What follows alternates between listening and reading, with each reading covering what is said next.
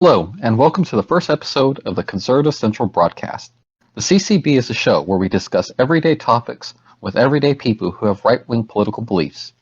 I'm your host, Jose Andres, and tonight we will be interviewing a member of our Amino community, Inferno. The topic will be, what are a few of your core political beliefs? Inferno, it's great having you here. So what do you think about this week's question? Glad to be here. I know this question is actually pretty interesting. It basically defines what you are, what your ideals are, what basically what makes you your individuality, basically. I would agree with that in many ways. And in today's societies, the way that we live, the lifestyles, the way that we think and believe is actually based on our political beliefs a little bit. I would agree with that as well. I mean, our political beliefs are shaped by our moral beliefs, and I think kind of vice versa. It can even be to a point with the same thing that involves religious beliefs. It involves the political ideals at the same time. And it's happened since humanity basically knew what government was, basically. Yeah, I know what you're saying. Speaking of political beliefs, are you religious? To a point. I don't let religion control my life completely, but I would let it have a certain influence on it. Like I would attend some Catholic events, but I wouldn't let it decide every single influence of my life. That would be my own moral beliefs, so my political ideals. All right, that's understandable. So what would you say is the most important political belief that you have? For me, is the right to bear arms, basically. I believe that you could be able to own a gun and defend yourself against any threat. An example I could even think about this was a controversial one, Mark McCloskey, if we all heard about him. That's very controversial. Yeah. Yeah. Or such as the stand your ground doctrine, for an example, where you can have the right to stand your ground if you believe your life is in danger. Now, say an attacker shows up with you with a knife or some type of melee weapon, the right to defend your arm involving your own firearms is basically a way to protect yourself, because you're not going to be able to protect yourself easily with another melee. You want to use a firearm in that scenario, I guess. I agree with that. In my opinion, the firearm is the great equalizer. You don't have to be strong. You don't have to have many. It allows a single woman to defend herself against multiple threats. You basically just need to know how to pull the trigger, basically. A little more than that, but yeah, I mean, mentality and, you don't want to be popping off rounds into other people's houses. Yeah. And actually, some states, the laws do affect like that. Say, you can't fire your rifle within a few feet. I just still believe, say if someone breaks into your house, you have every right to defend your own property. You have a right to defend your own family with your gun. So you agree with the whatever it is, stand your ground and castle doctrine? Oh, heavily, yes, including many states, and such as the state that Mark McCloskey came from. Missouri. Missouri's actually stand your ground doctrine was basically you defend yourself without retreating if you believe your life is in danger. Well, let me interrupt you for a second. For anybody who might watch this who doesn't know about this situation, this case, can you explain it for us? Oh yeah. It's actually interesting enough. Actually, tomorrow's actually gonna come. Tomorrow's going to be an interesting event also, I guess you could say. Tomorrow will actually be the year ago when George Floyd died, and it started all these riots, and the riots that happened around the country, Andre? The riots? Oh yeah, I mean, that was major news. Yeah, well, that happened after George Floyd's death, 24 hours afterwards. And like I said, and even talking about George Floyd's death is controversial right there. But I'm not going to discuss that. That's a different topic for a different day. Definitely. We don't need to start the channel off by bringing something so controversial here. Yeah, first episode and it gets removed from YouTube. Just by their algorithm. Yeah. Well, what happened was in Missouri, and actually, funny part, I've actually did somewhat of a post actually defending McCloskey a little bit. A bunch of Black Lives Matter protesters are coming through Missouri, specifically St. Louis, to protest. The protest, the George Floyd protests that were happening in Missouri, that were happening nationwide, basically. Yep. And actually, from what I've been reading and what I've been seeing, apparently Mark McCloskey. At first, what the news showed was basically Mark McCloskey was coming out there with his AR-15, and his wife coming out there with a semi-automatic pistol, telling these people to back away from their own property, which led to which caught nationwide news. Actually, it even got to the point where Trump said he would pardon them if they ever got convicted. It got to the point where Missouri governor even said they would pardon him if they ever got convicted. Let me ask you a question, again, for anybody who doesn't know this case. They confronted the BLM protesters. Yeah. Now, do you believe that they did this because they were afraid that the BLM protesters were going to possibly riot or burn down buildings as they had in other cities and other places? From what I could tell from Mark McCloskey's interviews, especially from his own lawyer, he done several interviews on Fox and the BBC News to explain his case and side. From the looks of it, he was in St. Louis at the time when the riots were happening, when the looting, the violence happened, and apparently he literally had to witness it all. And he was, and as a lawyer himself, he was pretty much terrified. And since he was a lawyer, what would pretty much rioters would target? They would end up targeting those type of people right there to gain some attention, to gain news media, to gain some reputation. Rich white people. Yeah, basically. During the process, Mark McCloskey even claimed that his iron gate, which was an old welded gate, like those properties that you see, like those gates that look like mid 18th century. Oh, very thick gates, yes. Yeah. Apparently, he was saying that they were broken. Actually, and I've actually looked at those photos. Actually, those gates looked like they were basically snapped by something, and there's no way that. And the looks of it, the chain was even broken on that. There's no way that a coincidence, a tornado would have happened. There was no tornadoes or no weather incident happened near McCloskey's house during this process. So, and in my belief, I do believe that BLM kind of during those protesters, and they showed there was some videos actually showing that they were breaking down the gate. So I do believe that they did basically break down into Mark McCloskey's private property. I even did research into the land he owned actually in the process, and they were stepping on his property literally. So trespassing, a large mob, a violent mob from at least a person might assume.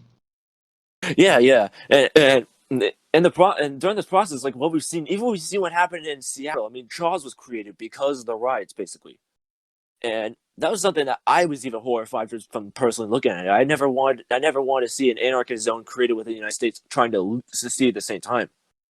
I never thought I could see that in my life, actually.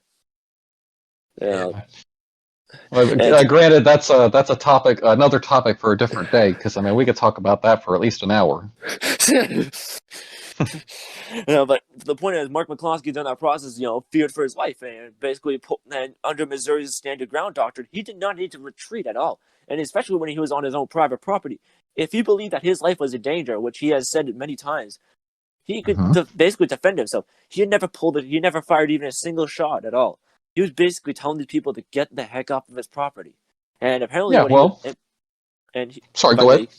Yeah, and apparently he actually had private security for this also, in which, during the process, hatred towards the police basically skyrocketed, so the police were probably dealing with something else. So private security there wasn't even there to deal with any trespassers. Yeah, well, that's a serious situation. Yeah, of course. And if anything, these protesters that were released off the hook, realistically, they would have been charged with trespass, and they would have, at minimum at least, but they never were charged with a single crime. And Mark McCloskey kind of went through this entire court case. In the end, though, it actually ended because the circuit attorney that was pressing charges actually did this for political reasons for her campaign, actually, that was coming up in an election during August. So when this entire incident happened, apparently it was just an opportunity for her just for her to grab it, actually.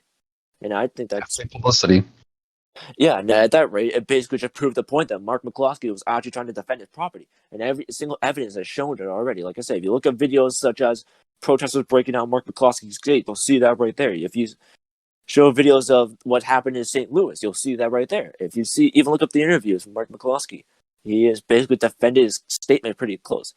And like I said, no one has gotten hurt in the process, and thank God no one got hurt in the process. Yeah, no, thank God no one got hurt in the process. I was going to add that, a lot of people don't know this, but when it comes to firearms, whenever there's a dangerous threat, a dangerous situation that happens, the firearm, in many, many cases, acts as a deterrent to stop further crime from occurring. And it sounds, from what I've paid attention to and listened to, and from what I've known, that's what happened here. He didn't need to use his weapon because it was enough to scare everybody away. Yeah, because unlike melee weapons or swords, all it takes is basically one trigger, and pretty much it's going to take down any person. Yeah, here's an example. Actually, I even believe that the right to own a gun and defend yourself with it could help out. In other countries, actually, gun crimes actually spiked. That led to the ban. People led believing, saying that other countries such as Japan, Britain, and Australia were pretty much doing well with gun crime when they banned the guns. Mm-hmm. I don't want people using those examples anymore, because Japan has their own culture where they don't believe in using much firearms. Japan was growing up with a culture of the samurai age, basically. I'm trying to say is. Oh yeah, culture plays a major role in the crime statistics and things like that. Japan's culture is different than America's, and America was pretty much grown from war. We literally fought our first war against Britain for independence. Japan was pretty much building itself for centuries of civilization, and under the how do I put it this way, the samurai code, basically, for a long, long time. Australia, when they banned their gun crimes, it actually increased a little bit more. And then Britain, when they banned guns, people went to acid attacks, which happened in London in 2016. People will find another way to hurt bad people. I mean, bad people, you know what I mean? Bad people find another way to hurt other people. Exactly. Now, let me ask you a question, okay? Yeah. A lot of people, when they talk about the Second Amendment,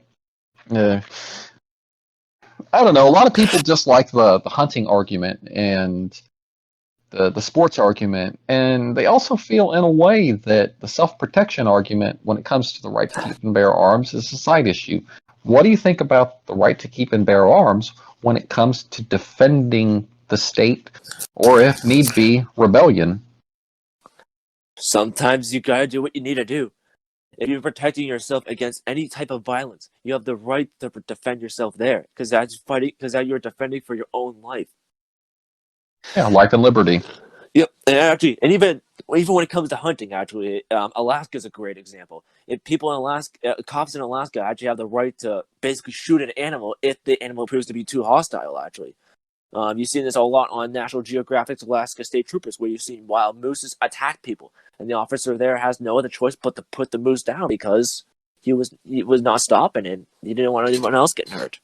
Alaska's law was actually you could kill an animal, you can hunt an animal there if it's fearing for your life, but you need to give the meat. You need to let the officers know so they can give the meat to charity afterwards. Not waste it, basically. I've heard about that. I've heard they're pretty serious about that too. Yeah, because it's a hefty fine if you don't do that for your first offense, and then second offense it goes to jail time. But like I said, if you defend you defend yourself against the animal, the officers are not going to care as long as it was proven that you're fearing for your life, and in the process that you basically let them know that you're going to give them meat to charity, and then they'll pretty much take care of that off the hook. Mm-hmm. All right, so Second Amendment, it's a pretty common belief. The right to keep and bear arms is a common belief among conservatives and libertarians, and even independents. What would you say is your second political ideological belief that's most important? My belief of a free democratic society, basically. I've pretty much I love America. I'm gonna be straight up right there, as you can tell in my profile picture. I believe that people should be able to have a right to live in democracy and be in a free society. The United States today actually is a leading example to this day about what democracy could look like. We are not exactly a democracy. We are a constitutional republic. But the ideals that we have are democratic on the next level. We can't even pass a bill without going through tons of bureaucracy. That's how much democracy we have. We have to discuss things. Where in other countries, like going on like authoritarian North Korea, they just do as they say.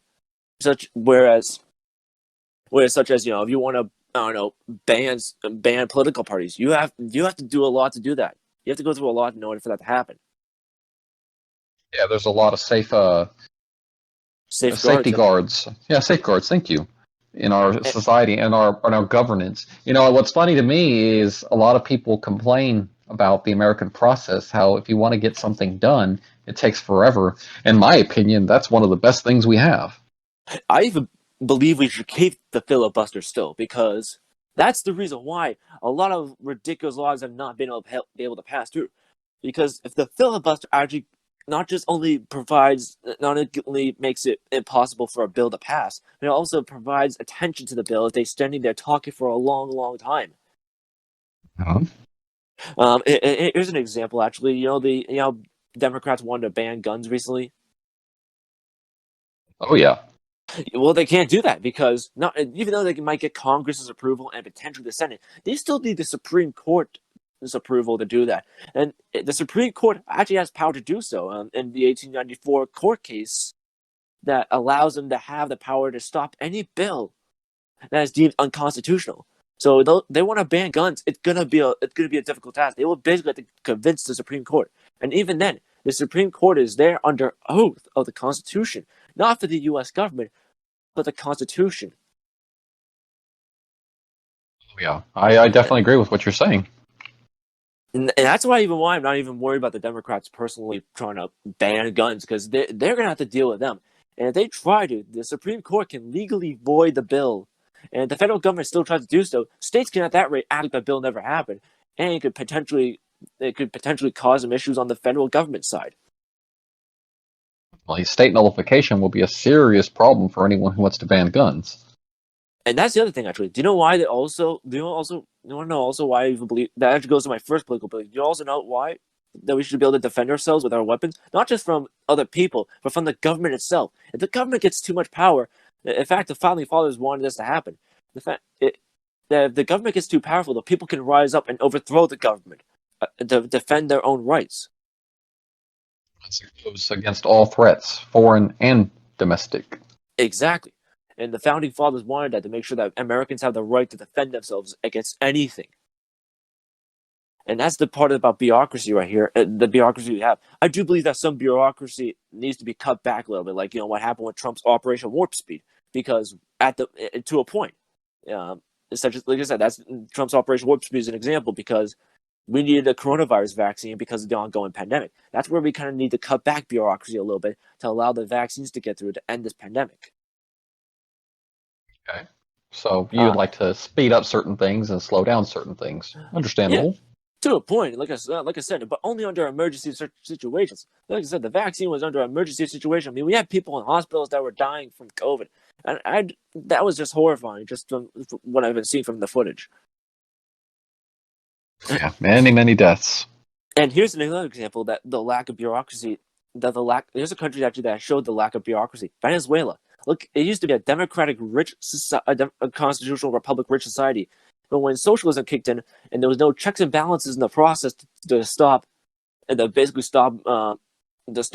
socialist policies, like the banning of Supreme Court justices, the banning of parliament members, it led to Venezuela becoming an authoritarian socialist nation. Now, its economy is basically so bad, the inflation at that rate, you can use the money to make your shirt out of. Yeah, I mean, people are eating out of garbage cans now. It's that horrible. People are selling literally clothing made out of the Venezuelan bolivar just to gain some foreign currency. Yeah. It's bad then. Yeah, if they're literally selling literally blankets and clothing out of their own money, you pretty much know that's pretty much the currency is worth garbage. Exactly. But that's what happens without the checks and balances. Venezuela became started from a rich oil nation to now basically at this rate, I hate to say this, but a third world country.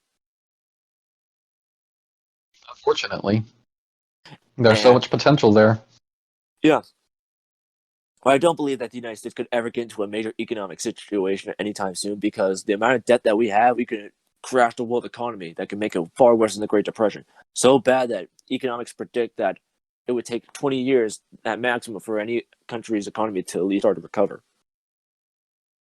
But that's even proving the point also that we need checks and balances to prevent that debt to end up causing the world economy collapse.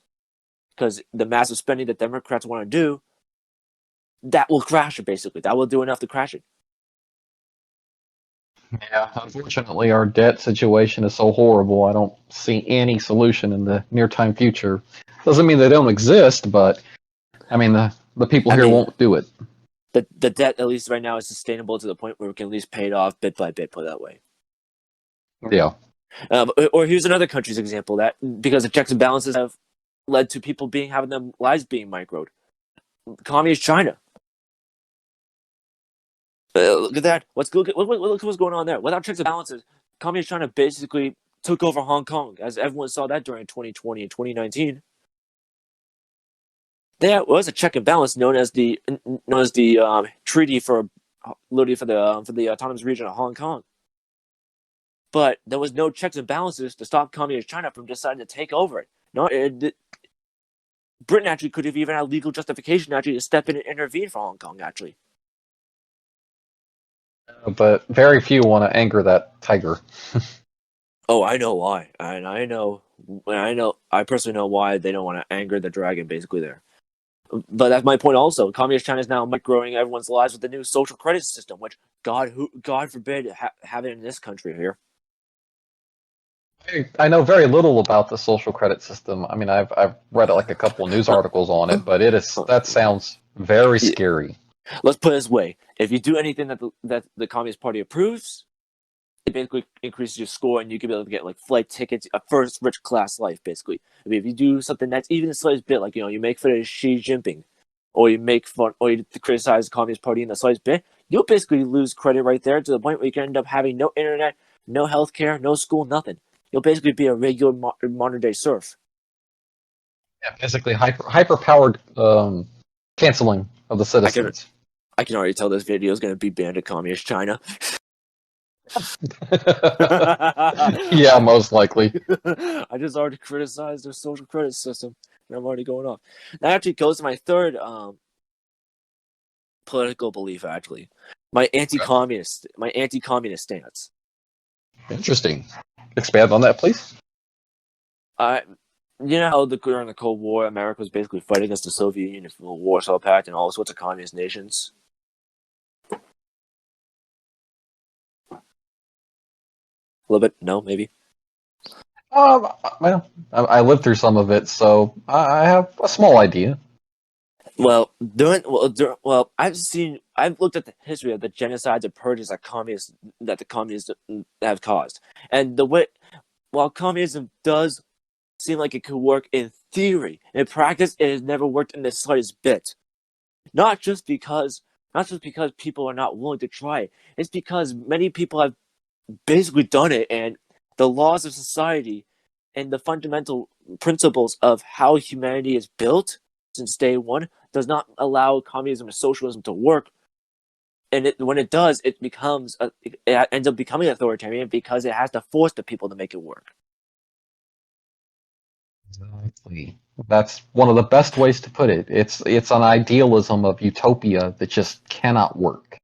That's because humanity was built on utopia not being able to work like that. Exactly. Again. I mean, free money to everyone, free healthcare. You cannot do that easily without being able to pay it back. It's physically impossible. Supply and demand, and that's the reason why communist countries cannot survive easily, because they lack the understanding of supply and demand. Yeah, so the government bureaucrats can barely fix potholes, yet some people believe that they can run an entire economy. It's hilarious. And look at this also. And by the way, Andre, the next few statements is going to get this video completely banned in Communist China. I will promise you that. Look at so easy though. Don't worry. Listen. Here's an example of even communist countries actually causing many deaths. Look at Pol Pot's Cambodia. that actually ended up wiping out more than 1/5 of Cambodia's population. Look, every single communist nation has led to a genocide. I'm not saying that. Yes, the U.S. has had its hands dirty in the past, but even modern day communism's effects, such as the genocides that have happened, still linger around. Even Eastern European nations have still suffered from that. Ukraine has still lived through those horrors. Poland had to live with the horrors of communism.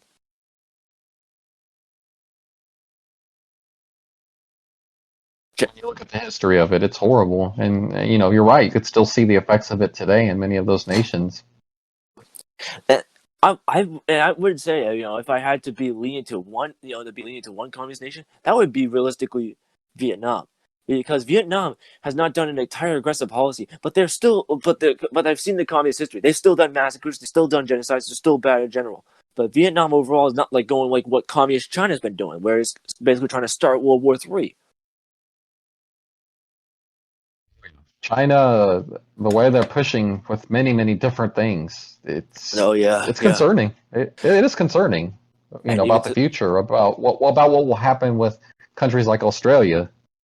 In fact, communist China is actually a perfect example of what the Soviet Union kind of left. Communist China is now doing the Uyghur genocide, the erasement of Tibetan religious beliefs, the purging of Inner Mongolia, and now what's going on with Hong Kong. And because of communist China, North Korea has managed to be on this planet for a long time. If it wasn't for communist China, North Korea would not have even been part of South Korea to this day. Actually, I understand what you mean. There's a high possibility that without China as their neighbor, without China as, I loosely say the word ally, yeah, they would have folded. Yeah, because this is what everyone calls it, the foot blitzkrieg, because there was a lot of infantry that was basically storming through the country and basically overwhelmed the U.S. and UN military and pushed them back to the DMZ border. That's just a fact.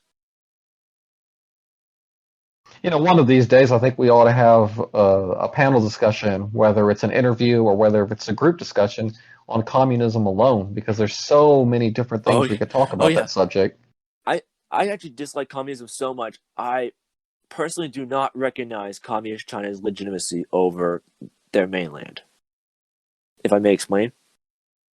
Yeah, please be my guest. And this is the part that's going to get this video banned. The communist China. Oh. Don't worry. Many other YouTube channels have spoken about this topic also, and they've real life lore. They've gotten their videos banned in there also. And, yeah, because YouTube doesn't kick us, all right? Yeah, don't worry. No, YouTube hasn't done that to them. It's just only a communist China that has been done it. Yes, communist China doesn't want to hear this, but what happened was back in 1912, the Qing dynasty fell? Explain, please. The Qing dynasty fell because of a lot of issues, including the Opium Wars that basically weakened it to Britain. Actually, and this is true by the way, Britain basically got Hong Kong from basically doing drug wars, basically. But that's another topic for another day. Oh yeah. But when Qing dynasty fell, there was a new government arose known as the Republic of China, which was created by the leader Sun Yat-sen. The Chinese Communist Party actually came in 1922, 12 years after the Republic of China was created, and the Kuomintang, known as which was the Chinese Nationalist Party, at the time now known as, which was at the time the Communist Chinese Party, was under Mao Zedong, and then Kuomintang, the Chiang Kai-shek, which people of this, he was pretty authoritarian. But during this process, there was a massive civil war. As you know, World War II kicked in, and those two basically held off a little, basically put their differences aside to fight a common enemy, which was Japan. And Japan did a lot of things down there. A lot of atrocities. Oh, yeah. Rape of Nanking is one example. Actually, the bombing of Pearl Harbor is another example also. That's actually a war crime. Oh, yeah. They did many. Yeah. But after World War II, basically the Soviet Union that had held occupied Manchuria gave it back to the communists, which basically gave them more of a foothold than average. At the timing, the Civil War, because afterwards, after the World War II ended, those two literally ended up fighting around 1946 after the treaty was signed. Communist China severely lost against the Communist Chinese Party because of the lack of U.S. support at the process. And the point at the same time, they had to retreat to the island of Taiwan. Many countries, some countries actually still recognize the remaining government that's on Taiwan, known as the Republic of China's government on Taiwan, as the legitimate government. Even the Vatican recognizes them as the real China. And it actually goes on to the two China issue. I believe that the Republic of China, which is on the island of Taiwan, is the legitimate government of China, and not the Communist Chinese Party. And because, yes, the Kuomintang has done some, and the Republic of China has done some pretty nasty stuff and pretty messed up things. But the Chinese Communist Party has led to the Great Leap Forward, which killed 50 million people. And like I said, the Uyghur genocide, Tibet's culture of erasement, and Eastern Mongolia's culture erasement also. China. I mean, when someone looks at China and uses them as an example of communism, oh yeah, it's hard to deny how bad of a policy it is. Oh yeah, no doubt. And that's why I recognize the Republic of China as real China, though, and what you guys call it Taiwan, I call it basically Democratic China, or the Chinese Democratic Forces, or just the Republic of China in general, because they were there. That's understandable. They were here first, and by the way, the Chinese Civil War has never ended. There was no treaty signed between the communists and the nationalists. Mm-hmm. There was no agreement. So even though the UN resolution 2758 might have disputed that Communist China is the legitimate government now, it's not. There was no formal agreement and treaty signed between the two forces. So meaning that the Chinese Civil War is still ongoing to this day. Actually, in fact.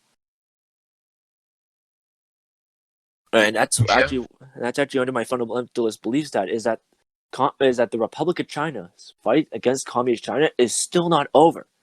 It's just under a massive stalemate, kind of like the Korean War, actually.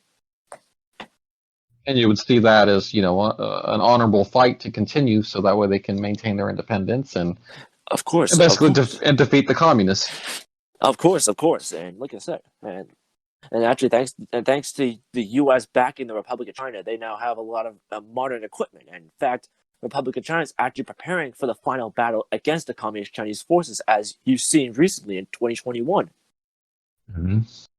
They know what's going to happen, and they're preparing for this. And I'm sure they're getting ready to be swallowed.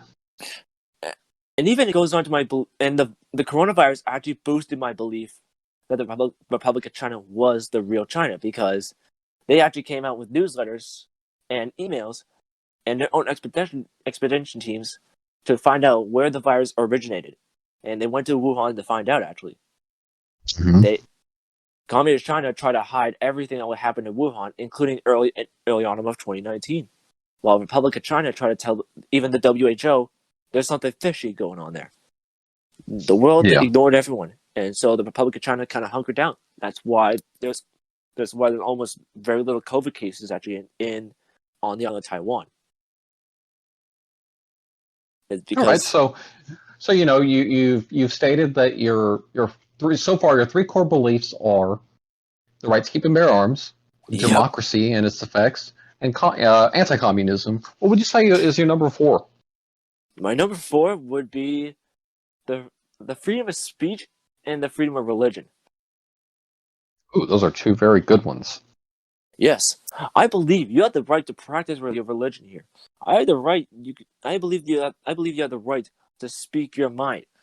I mean, look at what's going on here. If we didn't have the right to speak our minds at all, a lot of journalists would have been pretty much in prison during Trump's administration. Or right now, we could have been in prison during the Biden administration. Yeah, this many podcast would be a very dangerous endeavor. That'd be the risk of our lives. Yeah, ending up in prison for something like this. So That's I agree. You know, the right to free speech is one of the most fundamental rights we could ever have. Without it, I mean, that's the basis of a tyrannical regime. yeah. You know, a country that prohibits it. And it was the first thing that authoritarian countries would go after first: the freedom of speech. Even Putin's Russia tried to control the news media to say what was pro-Putin. I know there's been conspiracy theories that he's had journalists killed because they were prying too much. And right now, as we make this video, we're probably next. Nah, I think we'll be okay. No, that's a joke right there. Yeah, I know. If there's only one more podcast after this and that's it, we go silent. Well, everybody will know. Yeah, pretty much. If you go missing and they find your body, I'm going to tell them to search for polonium. Or find some mysterious drug that might have ties to Russia. Yeah. Actually, that's actually happened to many journalists. They've been poisoned by mysterious drugs, actually. Mm-hmm. Heart attacks, radiation poisoning, mysterious drugs. But that was all. That's actually. I was going to say that's actually a major podcast. There's so many different issues about that. So many different instances. Oh man, we're gonna have fun with that one then. Yeah. All right. Well, you know, like some countries, they will arrest you for saying I'm a Nazi, such as Germany. Had you agree with something like that? Well, Germany's situation against Nazism is different. There's a point.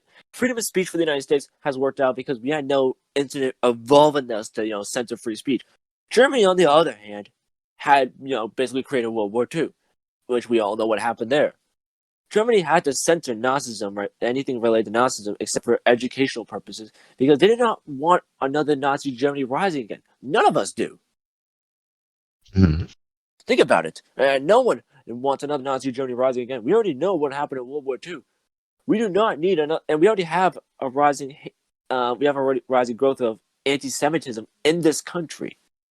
We do not need another Nazi-related country. So, what would you say about groups like Antifa? Anarchist groups.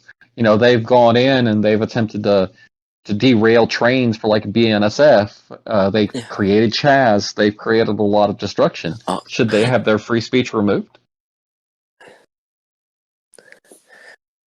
That's a controversial thing right there you're talking about, because I know, because it's hard for me to say, but the violence that they've done is unacceptable, and they should be imprisoned for that. They should be held accountable for it. And it's still, I do believe that maybe that if they're they should be held in prison, and they should not have the right to kind of speak too much because of this if they committed the crime, whether they're just stating their opinion. Kind of like the first thing also with the First Amendment, the right with the freedom of speech, the right to protest, actually. Because protesting is technically freedom of speech, actually. But exactly, yeah. But here's the definition, though, and especially for YouTube right here: peaceful protesting is where you hold signs and you only yell out words. Violent protest is basically when you do what is seen throughout 2020, where looting, burning cities down, and the creation of chaos. There's a major difference there, people. Oh yeah. There's a big distinction between the two, though some people don't make it. And as for religion, and for the right to practice your religion, okay then. But if the right to practice religion, I do believe if you want to peacefully practice your religion, like you want to go to church, you want to go to a synagogue, you want to go to a mosque and practice practice your beliefs, that's fine. There's no problem with that. No problem with practicing your religion. But I would completely agree. But if you go to where where extremism gets involved, that's not practicing your religion. That's just you basically attacking other religious groups for extremism. trying to think of this one group. It's the Black Hebrew Nationalists. Have you ever seen them? No. Oh, I highly suggest looking them up. I won't give away too much because it's one of those things you really need to see them in action and you need to hear them yourself.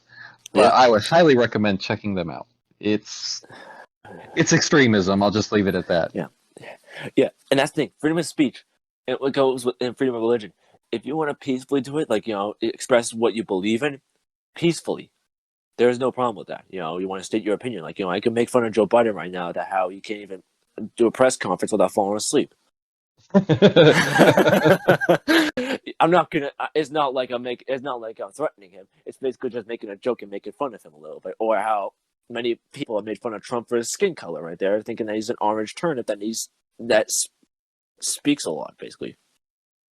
I'm not going to say too much because I'm kind of old, so falling asleep for a nap is something I do. It's hard for me to finish a movie, so I can't rip on Biden too much. but not, you see, that's freedom of speech right here. What we're doing here is actually freedom of speech. But if you do any threatening the process, that's basically just extremism right there.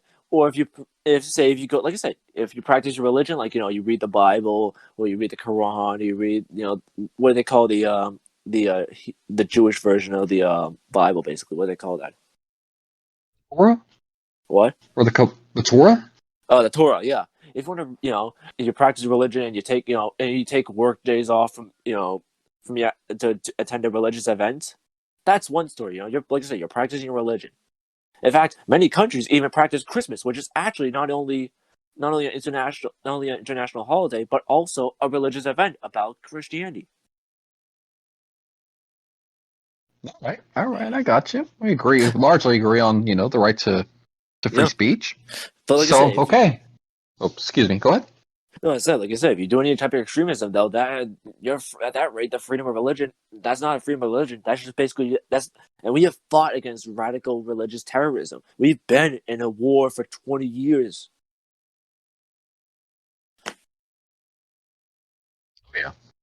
Yeah, which God, when you put it that way, it's amazing to think it's been 20 years.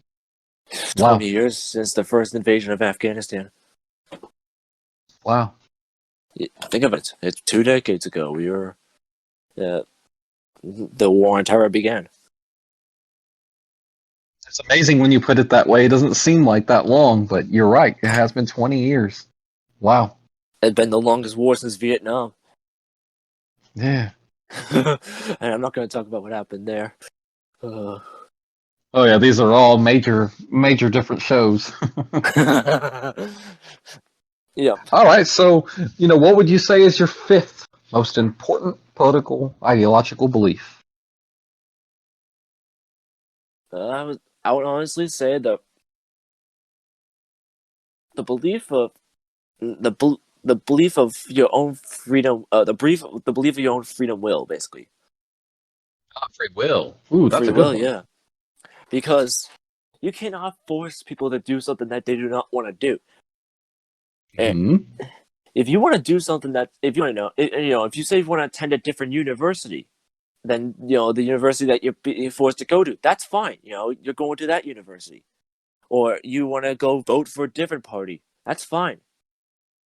And then what people are telling you to vote for, you have the free will to do so. You are a human. You can decide what you want to do in life. So I'm going to go ahead and assume that you highly agree with the pursuit of happiness. Oh yeah. The belief that's part of free will, actually, the pursuit of doing what you enjoy. But there comes with a limit. It gets to us. There's a line right there, actually, because if you do something in the name of violence or extremism, that's at that rate, you're basically overextending that a little bit. But here's an example: North Korea. People there are not being able to just do what they want for free will. They're basically being forced to do things like puppets. Because at this rate, YouTube's algorithm can agree with me. In North Korea, is basically bow down to Kim Jong-un or get executed. Okay, I would consider them slaves of the state. because they don't have the freedom of will, and whenever they try to do have that free will at all, ends up getting them thrown into basically a concentration camp or getting executed. Yeah, that's And I'm using the word concentration camp because the conditions there are pretty much what a definition of a concentration camp would be. Oh, of course. I mean, starvation, disease, execution, mass Beatings, burial. tortures. Yeah. It's brutal. It's brutal.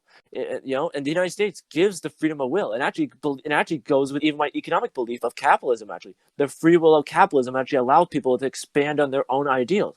Why do you think we have entrepreneurs? People that could go through many companies. Why do you think we have so many different types of products? We have back in the 50s, we used to have 6 types of candies. Now we have 200 flavors of candies. That's a good point. I mean, you literally go to a store in the past and you're like, there's 6 flavors. Now today it's like 2. He's like, at this rate, it's like, what the heck am I walking into? Yeah, I know.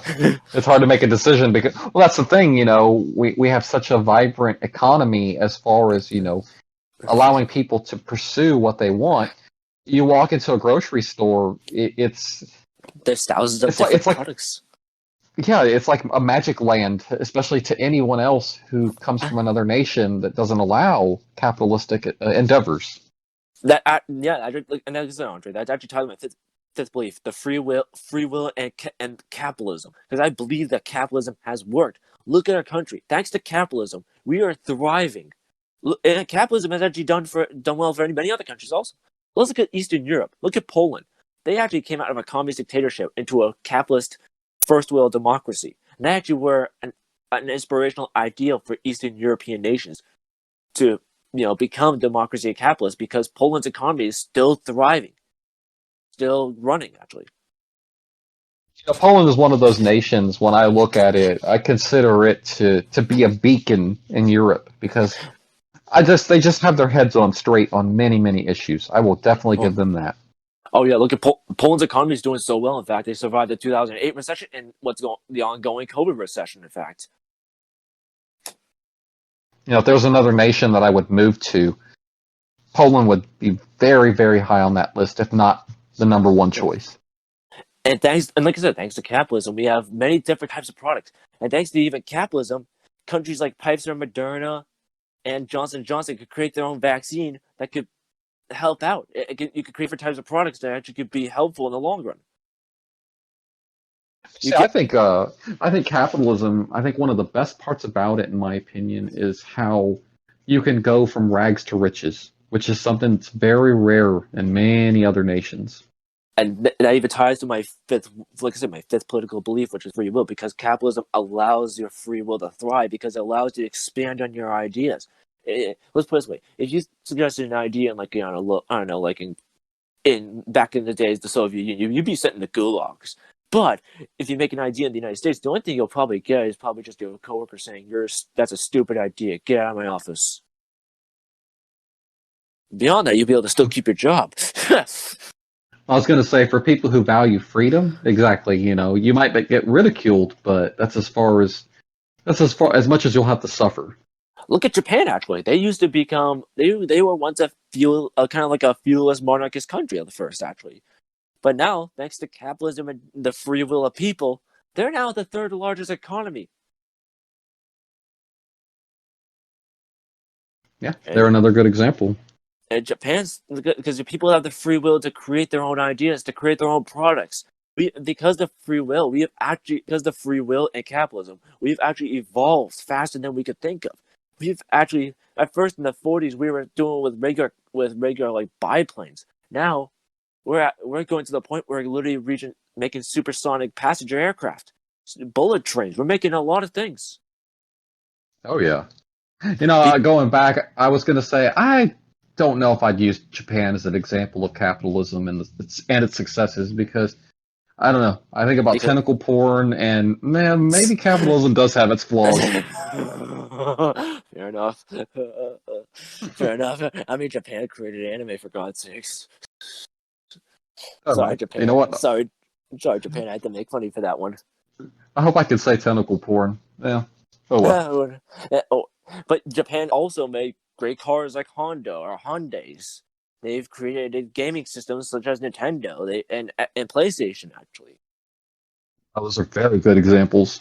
In fact, yeah, because many people will use Hondas in this country, and even some of their products, such as such as the gardening materials and chainsaws and weed whackers that were used in this country, they were made from Japan also. That's amazing how many products that come from there. I still remember the days of hearing people say that the Japanese economy is going to overtake us, and we shouldn't buy Japanese cars, and all these other arguments. And those arguments have passed. But to look at Japan, yes, they are a shining example of what's possible whenever people are allowed to have free will to do what they want. Like I said, Andre, this actually does tie my fifth political belief: the free will, and capitalism. And like I said, and because of this, like I said, businesses will be able to grow. Ideas were willing to thrive. Humanity managed to evolve and build into a great society. Even the United States, the capitalism here created a lot of states' economies. In fact. Oh yeah, definitely. Even thanks to us, we had so much money back in the 40s and 50s. We rebuilt Europe from the ashes up, and thanks to them having thanks to our Marshall Plan and with their free will and capitalism, look at where Germany and France is now. Germany, if it was under a communist dictatorship under East Germany's rule, who knows where it would have ended up? But Germany, under a capitalist free will society, ended up now to the point where they're making us Mercedes. Yeah, no kidding. Yeah, our luxury cars. And we like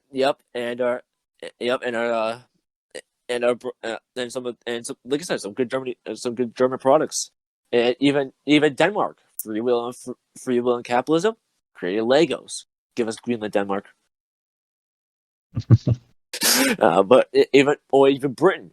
Britain's free will and capitalism ideas created a lot of, yes, and this is true, by the way, crisp. They've made some interesting flavors, Andre. I can say that. I've seen them, and some of them I will never eat in my life. They are pretty bad flavors. Yeah, and one of the prime minister actually stated one of them, actually, for leaving the EU. But it goes to my point, though. Free will plus capitalism equals a good society. Now, I'm not saying we should go full capitalist. Because some capitalism does have its flaws, as you kind of stated a little bit, Andre. Yeah, every system's going to have its issues, But capitalism versus communism, which one has thrived more? Capitalism, because it allows the people to think, create, and make. While communism is basically bending your knee to the state. Yes, and as history has shown, the state is far more irresponsible than the individual. I even have one last example. I have actually one good example, Andre. The Baltic states. You know why? They were actually under the thumb of the Soviet Union. They're actually under the thumb because they were annexed by them. When they declared independence and broke away from the Soviet Union, look at what's going on now with the free will and capitalist economies. They're thriving now. And Lithuania is doing well. Latvia is doing well than ever. Estonia's been doing even better. Yeah, they're all on the uprise because they're finally catching up. They're finally seeing the fruits of their labor of being able to be free. But and even capitalism does have some of its flaws. Like Amazon. Amazon is an example. Like the warehouse industry.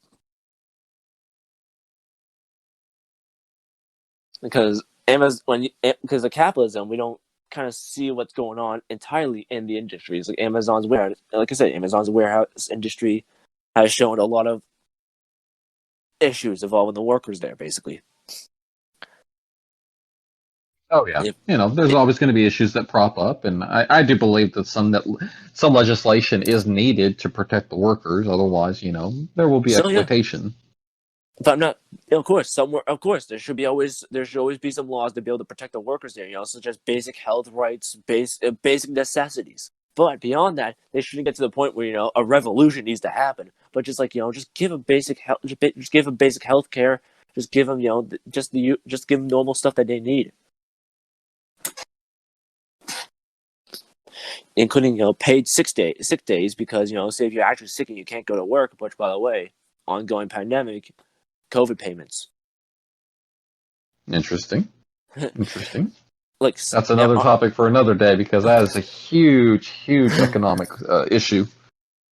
Yeah, that's gonna be fun to discuss. Oh yeah. But like I said, I think it's pretty much proven this that free will plus capitalism equals everything. Actually, communist China has actually seen that to the point where basically they've still held the government grip, but economically slowly moved to a capitalist like society because they want to get extra money. Because they go full communist, they won't be able to get enough money in their banks. Basically, that's why. Yeah, they know what will happen.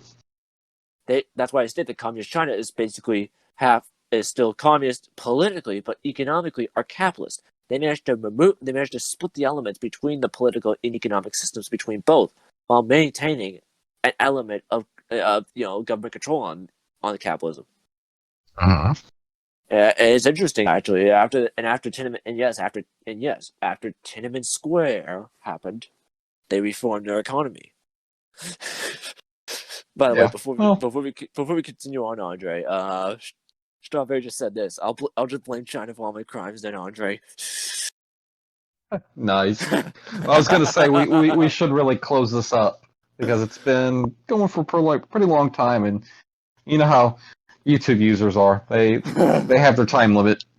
Yeah, no, I understand. And I bet you a funny part actually, I've been wanting to do a political interview for this for a long time. I've actually tried to do this with another Amino, but some issues erupted between that actually. So I've pretty much been psyched about this actually.